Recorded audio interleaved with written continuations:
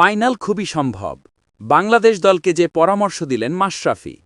Asia কাপের super ফোরে জয় দিয়ে শুরু করেছে বাংলাদেশ। তাতে বাংলাদেশের সামনে এখন দারুণ সুযোগ ফাইনালে খেলার। এই ফাইনালে খেলাটা খুবই সম্ভব বলে বিশ্বাস করেন বাংলাদেশের সাবেক অধিনায়ক মাশরাফি বিন মুর্তজা। দলকে ঠিক পথে রাখতে কিছু পরামর্শও দিয়েছেন তিনি। গ্রুপ পর্বের শেষ ম্যাচে আফগানিস্তানের বিপক্ষে 4 বিশেষজ্ঞ বোলার নিয়ে নেমেছিল বাংলাদেশ। সিদ্ধান্তটা যে ভালো কিছু আদৌ ছিল না, বিষয়টা পরিষ্কার হয়ে গেছে তখনই যখন পঞ্চম বোলারের কোটা পূরণ করতে আসা শামীম হোসেন পাটোয়ারি ও সাইফ হোসেন 4 ওভারে 55 রান দিয়ে গিয়েছিলেন। তবে সুপার ফোরের শুরুতে শ্রীলঙ্কা ম্যাচে 5 বোলার নিয়ে নেমেছিল বাংলাদেশ।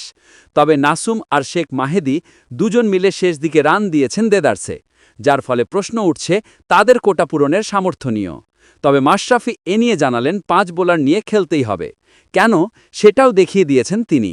বলেছেন, আমাদের 5 বোলার অবশ্যই খেলাতে হবে, যেটা আজ শ্রীলঙ্কা মিস করেছে।